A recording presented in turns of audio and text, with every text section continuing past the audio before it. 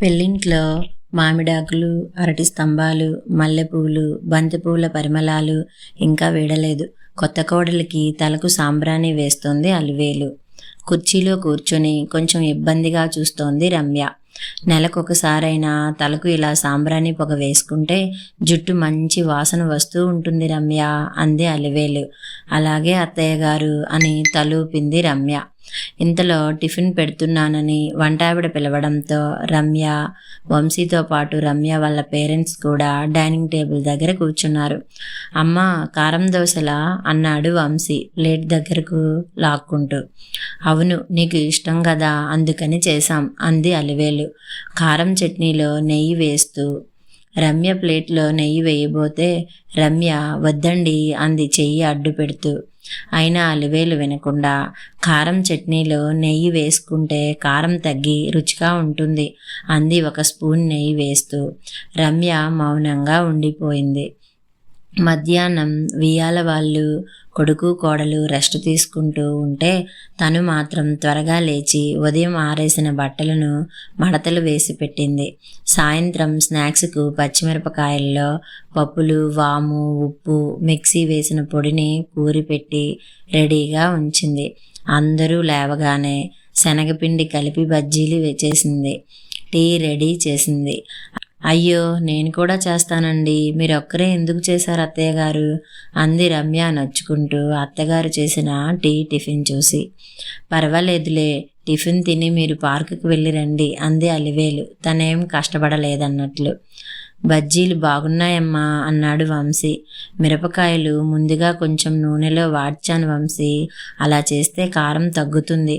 ఈసారి నువ్వు చేసినప్పుడు అలా చెయ్యి రమ్య, అంది రమ్యతో. అలాగేనండి, అంది రమ్య గబగబా తలూపుతూ. అలా ఇల్లంతా తానే అయ్యి అన్ని పనులు చేస్తున్న వియ్యపురాలని చూసి రమ్య వాళ్ళమ్మ చాలా సంతోషపడింది. అత్తగారింట్లో రమ్య పెద్దగా కష్టపడదు అని ఆమెకు అర్థమైంది. రమ్య చెయ్యాలన్న పనేమీ మిగల్చడం లేదు అలివేలు. కొడుకు కోడలు ఇద్దరూ సాఫ్ట్వేర్ ఉద్యోగాలు చేస్తున్నారు. వేరే వేరే కంపెనీలు కనుక వెళ్ళేటప్పుడు ఒకేసారి వెళ్ళినా తిరిగి వచ్చేటప్పుడు విడివిడిగా వచ్చేవాళ్ళు. ఇదిగో రమ్య, నీ కప్బోర్డ్లో బుక్స్ అన్నీ సర్దిపెట్టాను, నోట్బుక్స్ విడిగా సర్దాను, నువ్వు చూసి ఇంకేమైనా ఉంటే సర్దుకో, అంది అలివేలు రమ్యతో ఒక ఆదివారం రోజు. రమ్య ఎంఎస్ చేస్తోంది. అలివేలు మాటలు విని, నువ్వెందుకమ్మా సర్దటం, రమ్య సర్దుకుంటుందిలే, అన్నాడు వంశీ. పోనీలే వంశీ, కొంచెం టైం మిగిలితే రమ్య చదువుకుంటుంది కదా, అంది అలివేలు రూమ్లోంచి బయటికెళ్తూ. రమ్య తల వంచుకొని మౌనంగా ఉండిపోయింది, ఏమనలేక.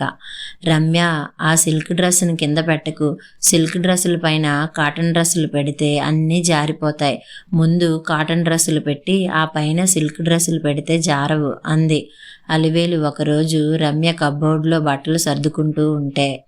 చేస్తున్న పని ఆపి, అలాగేనండి అని పెట్టినవి తీసి మళ్ళీ అన్నీ సర్దింది, ఒకంత కినుకుగానే రమ్య. ఇంకో రోజు, రమ్య, మీ రూమ్లో బుక్స్ అన్నీ కింద గోడ పక్కన ఉన్నాయి, డ్రెస్సెస్ అన్నీ కుర్చీలో వేలాడుతూ ఉన్నాయి, అవన్నీ తీసి సర్ది పెట్టుకో, ఇంకో 10 నిమిషాల్లో పనిపిల్ల మీ రూముకి వచ్చి చిమ్ముతుంది, అంది అలివేలు ఫ్రిడ్జ్ సర్దుతూ. సోఫాలో కూర్చొని ల్యాప్టాప్ చూస్తున్న రమ్యతో. ఒక నిమిషం అలివేలును చూసి, అలాగే అత్తయ్య గారు అని లేచి వెళ్ళి గబగబా అన్నీ ఒకవైపుగా సర్ది మళ్ళీ వచ్చి ల్యాప్టాప్ తీసుకుంది రమ్య. అలా కోడలికి పనిలో సలహాలు చెప్తూ, కోడలిని కష్టపెట్టకుండా పనులన్నీ చేస్తూ, రమ్య చిన్నపిల్ల కదా అని అన్ని విషయాల్లో సహాయం చేస్తూ, కోడలిని ముచ్చటగా చూసుకుంటూ, అలా చేయడం తన బాధ్యతగా భావించుకొని సంతోషపడుతూ ఉంది అలివేలు. ఇంకా అపార్ట్మెంట్లో వాళ్లకు రమ్య గురించి గొప్పగా చెప్పుకుంటూ, బంధువులందరి దగ్గర రమ్యను పొగుడుతూ, అడిగిన వాళ్లకు అడగని వాళ్లకు రమ్య ఎంత మంచి అమ్మాయో గడగడా చెబుతూ ఉండేది. కానీ అత్తగారు తనే అన్ని పనులు చేశానని అనిపించుకోవడానికి పనులన్నీ చేస్తూ, అడగకుండానే అన్ని విషయాల్లో జోక్యం చేసుకుని అన్నీ తనకే తెలిసినట్లుగా అలా చేయండి, ఇలా చేయండి అని చెబుతూ ఉంటుంది అని కోడలు తన గురించి అనుకుంటూ ఉందని కొంచెం కూడా ఊహించ ఊహించడం లేదు అలివేలు. తనలాగా కాదు, కోడలు ప్రైవసీ కోరుకుంటూ ఉందని మాత్రం ఎప్పటికీ తెలుసుకోలేదు.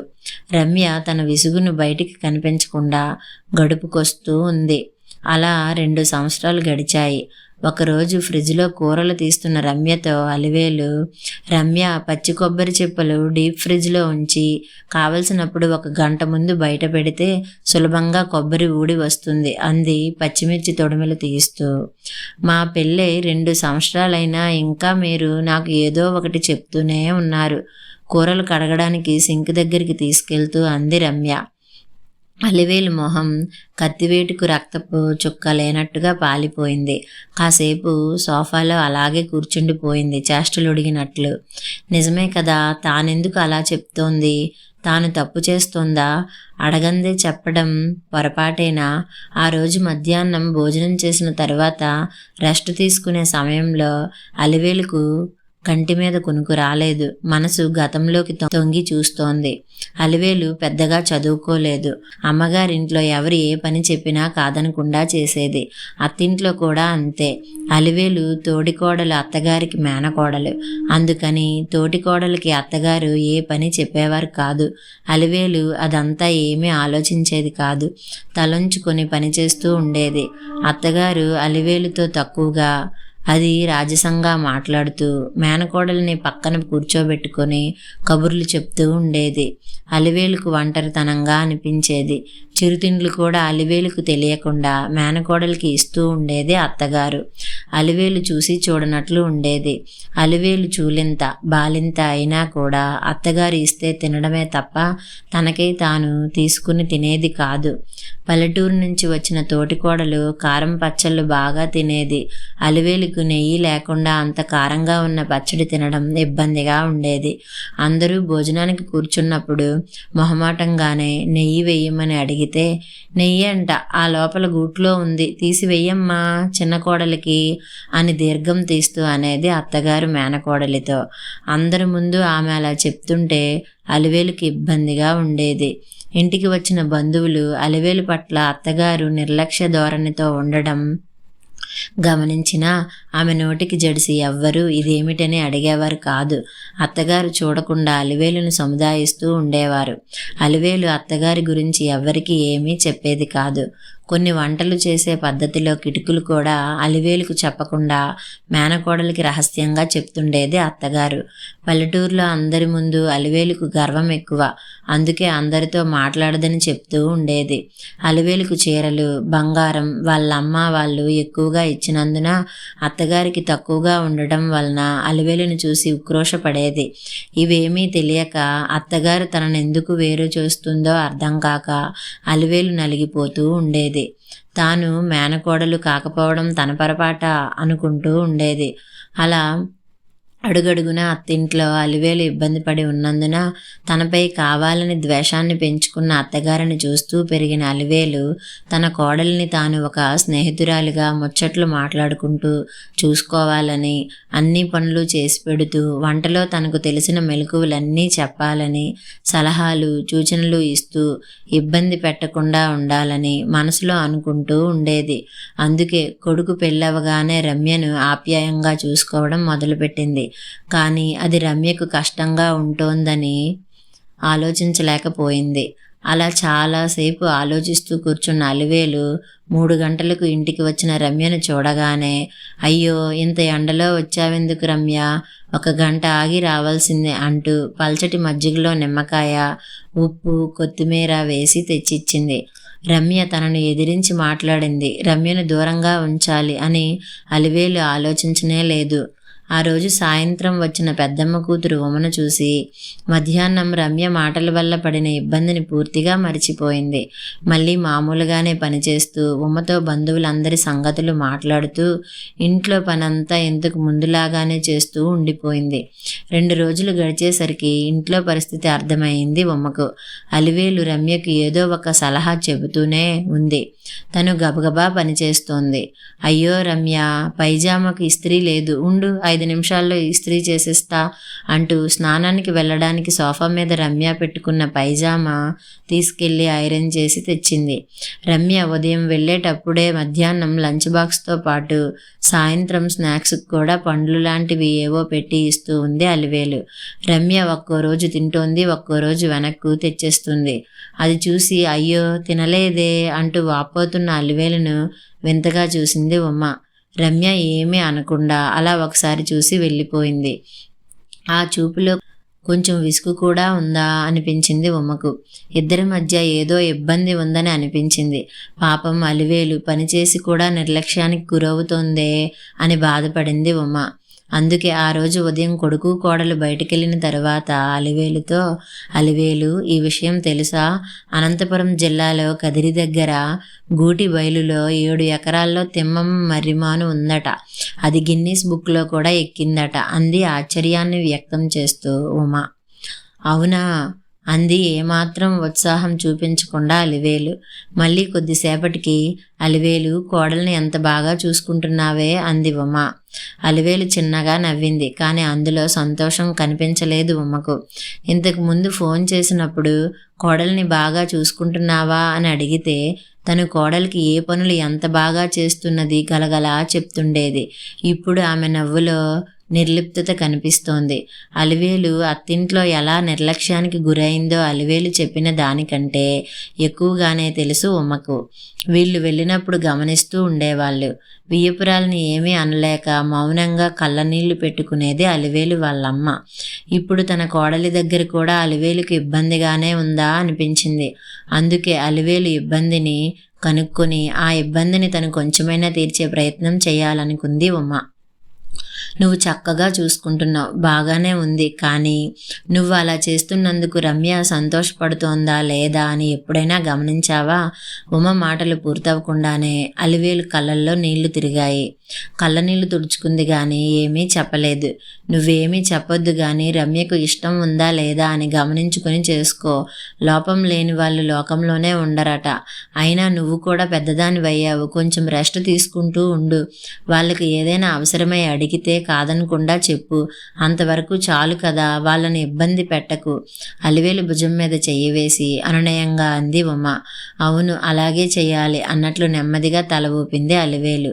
ఆ రోజు సాయంత్రం రమ్య దగ్గరికి వెళ్ళి మాటల మధ్యలో, రమ్య, అలివేలు నువ్వు అడిగినా అడగకున్నా, నువ్వు విన్నా వినకున్నా ఏదో ఒకటి చెబుతూనే ఉంటుంది. నీకు విసుగ్గా లేదా అంది నవ్వుతూ ఉమ. రమ్య ఒక్క నిమిషం ఉమ వైపు చూసి చిన్నగా నవ్వింది. కానీ ఏమీ చెప్పలేదు. రమ్య అలివేలు వాళ్ళ అమ్మ వాళ్ళ ఇంట్లో అందరిలో నవ్వుతూ గలగలా మాట్లాడుతూ తిరిగేది. కానీ అలివేలు అత్తగారు అలివేలుతో ముక్తసరిగా మాట్లాడుతూ, మేనకోడలైన తన పెద్ద కోడలితో మాత్రం ఎక్కువగా మాట్లాడుతూ, అన్ని విషయాలు ఆ కోడలికే చెబుతూ, తిండి తిప్పలు కూడా సరిగా పెట్టకుండా అలివేలును వేరుగా చూసింది. అందుకే అలివేలు తన కోడలికి తాను పడ్డ కష్టాలు రాకూడదని, నిన్నొక స్నేహితురాలిగా చూసుకోవాలని, నిన్ను అభిమానంగా చూస్తూ నీకు ఇష్టముందో లేదో గమనించుకోకుండా నీకు సహాయం చేయాలనే ఉద్దేశ్యంతో నీ పర్సనల్ పనుల్లో కూడా జోక్యం చేసుకుంటోంది. అంతేగాని నిన్ను అదుపులో పెట్టాలని కాదు. తాను చెయ్యకుంటే ఎలా అనుకుంటుందే గాని అలా చేయడం వల్ల తనను అలుసుగా చూస్తున్నారని కానీ, నువ్వు ఇబ్బంది పడుతున్నావని కానీ తాను గమనించుకోవడం లేదు. నువ్వు పనిచేసే అవసరం లేదు. కానీ అలివేలు నిర్లక్ష్యం చేయకు, అది ఎవరికీ చెప్పుకోదు, మనమే గమనించుకోవాలి అని చెబుతూ కళ్ళు తుడుచుకుంది ఉమ. ఆమె మాటలు పూర్తయ్యేటప్పటికీ రమ్యకు విషయం నెమ్మదిగా అర్థమైంది.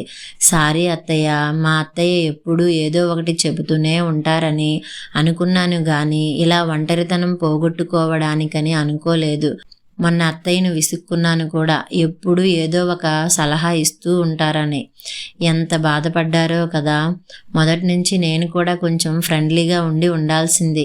ఇక మీదట అత్తయ్యను నేను సంతోషంగా ఉంచుతాను, మీరు దిగులు పడొద్దు అంటూ ఉమ చేతి మీద చెయ్యి వేసింది రమ్య.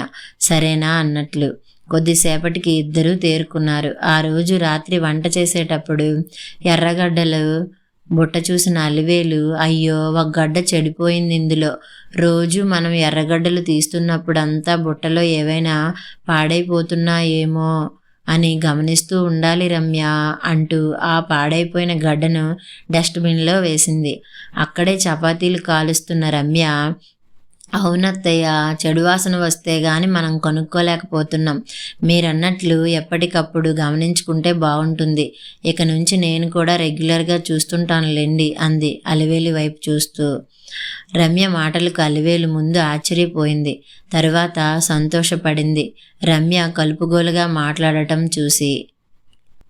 ఇదంతా చూస్తున్న ఉమ, అమ్మయ్య, వీళ్ళ మంచి మనసుల్లో అరమరికలు లేకుండా చెయ్యగలిగాను అనుకుంది తేలికపడిన మనస్సుతో. కథ సమాప్తం.